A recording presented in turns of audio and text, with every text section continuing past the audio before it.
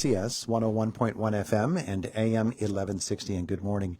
Thanks so much for being with us. We want to welcome into the studio today Stanley Chepaitis from Fair Districts, PA. Susan Welsh with the League of Women Voters of Indiana County joining us as well. And our conversation is brought to you by Marcus and Mack, a law firm representing injured people. Good morning to both of you. Good morning. Good morning. It's good to have you both with us. Susan, if we can get you a little closer to that microphone. It'll pull toward you if you want to do that. Stanley, we've had Fair Districts, PA in before and frequently, but not for a while. And obviously, we need an update on how it's going because this is a key year, isn't it? Yes. Well, the redistricting is done. And though we didn't succeed in getting any of the bills which we had advocated through, the process seemed to be carried out with much more public observation, public interest, and to, I believe, what will be a better result. I have worked for the past 5 years as a volunteer for Fair Districts.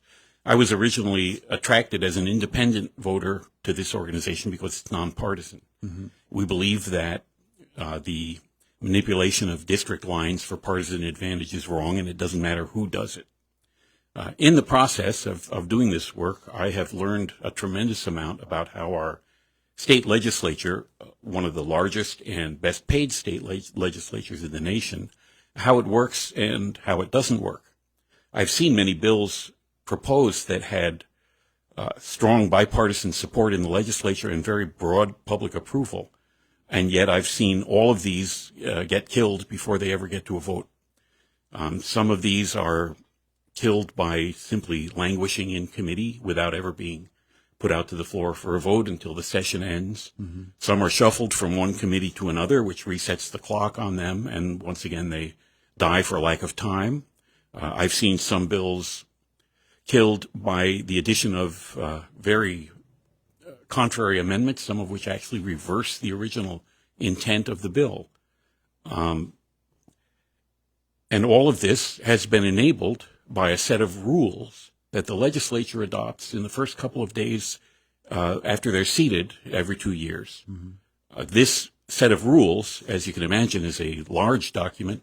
It's pre-written by the majority party, whichever party happens to be in the majority. It's handed to the legislature with barely a day or two to read, absorb, and vote on it.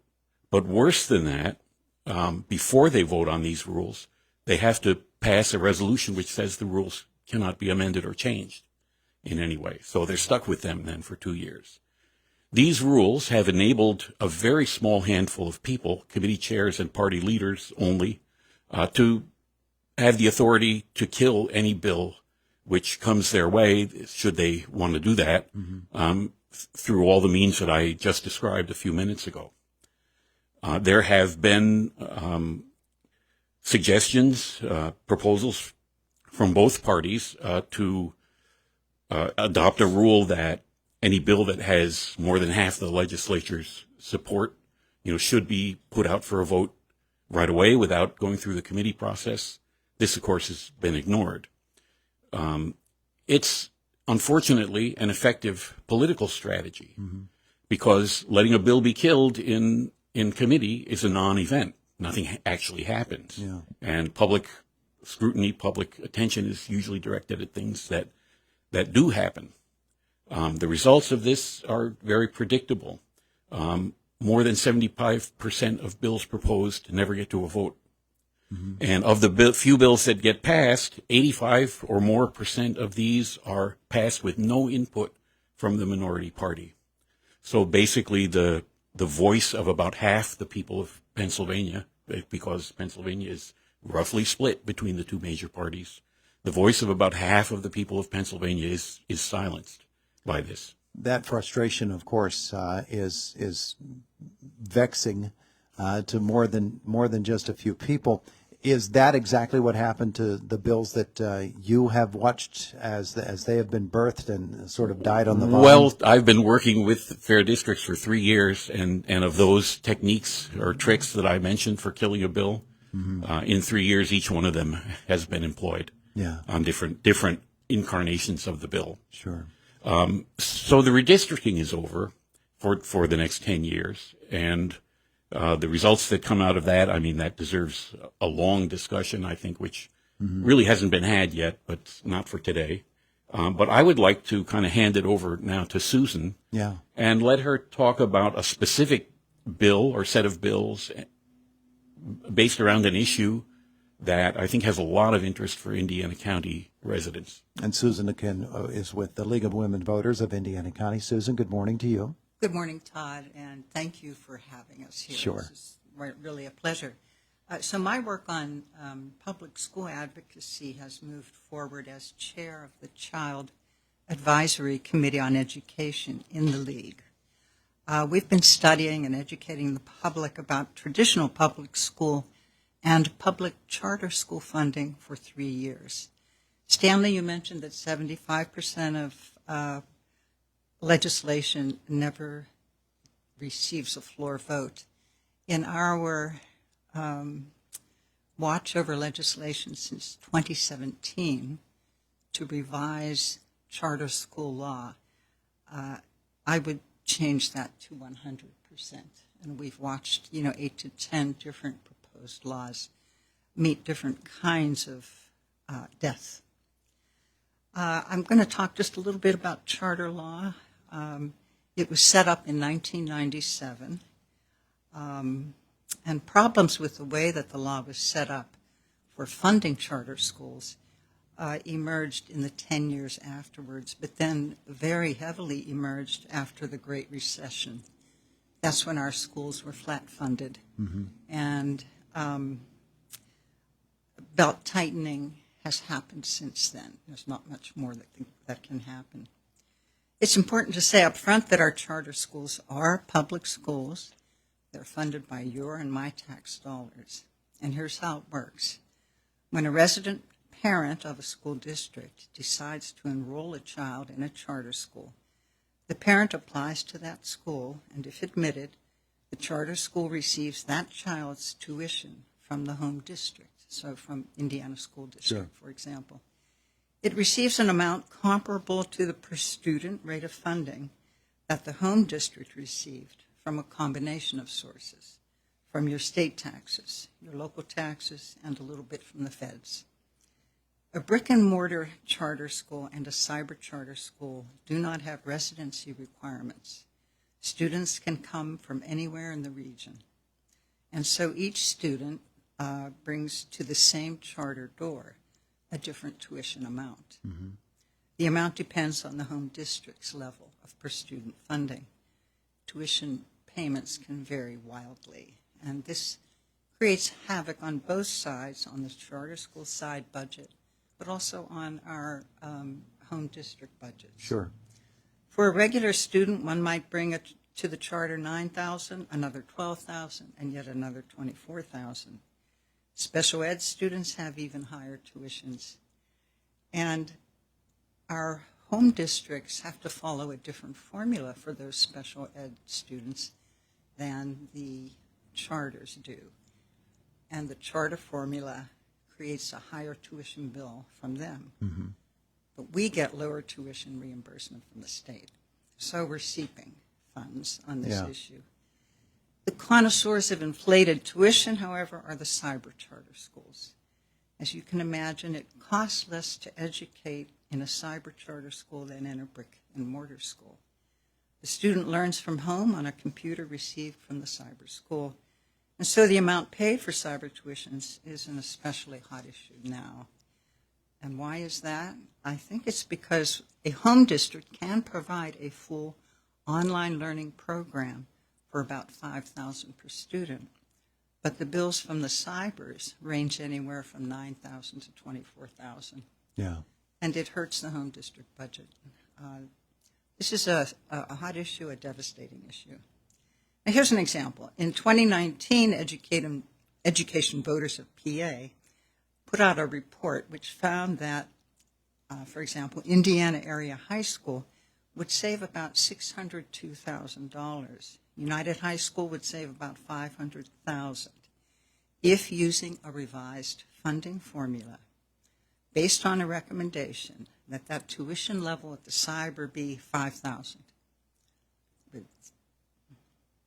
The total estimated savings for all 7 school districts in Indiana County would have been $2,200,000, and that's only in Indiana County. So this is a problem in each district. Yeah. And for that reason, over the past 4 or 5 years, school boards have gotten together, created a petition, and sent it to the legislature,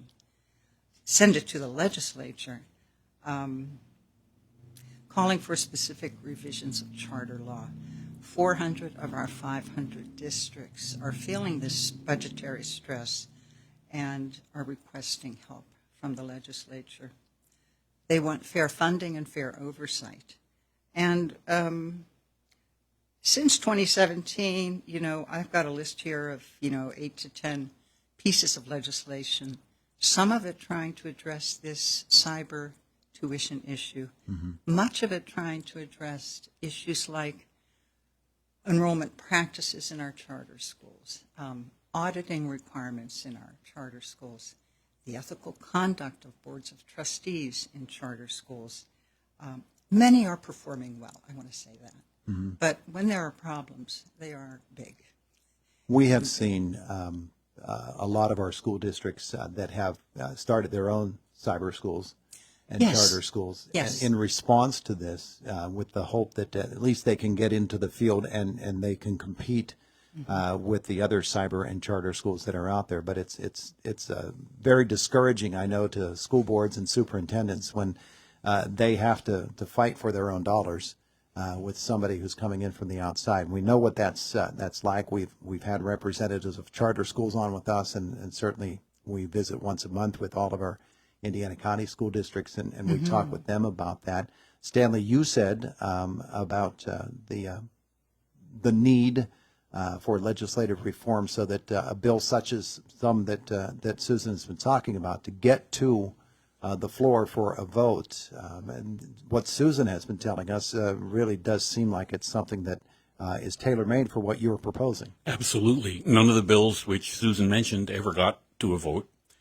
Eventually, and she has the actual information, an independent agency established a fund to help, or some rules to help with this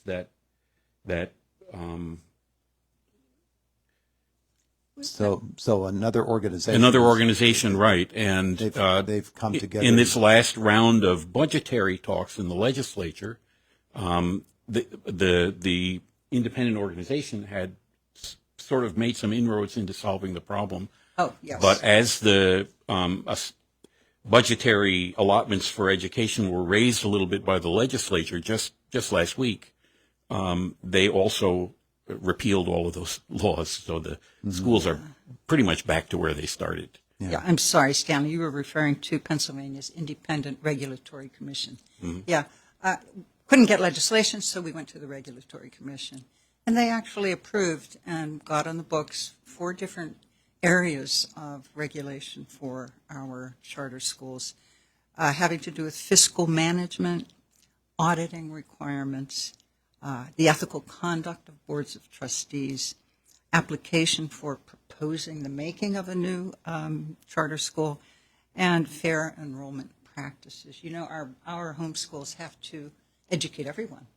And so we wanted to make sure that that same open door policy exists in the charter schools. Yeah, absolutely. But as you said, those were repealed. So much of this comes down really to the rules of the legislature that don't allow bills that have strong bipartisan support in the legislature and broad public approval, sometimes public approval ratings going above 70%, that these bills still languish in committee and don't get to a vote. When a bill does go to a vote, our legislators have to take a stand. They have to say yes or no.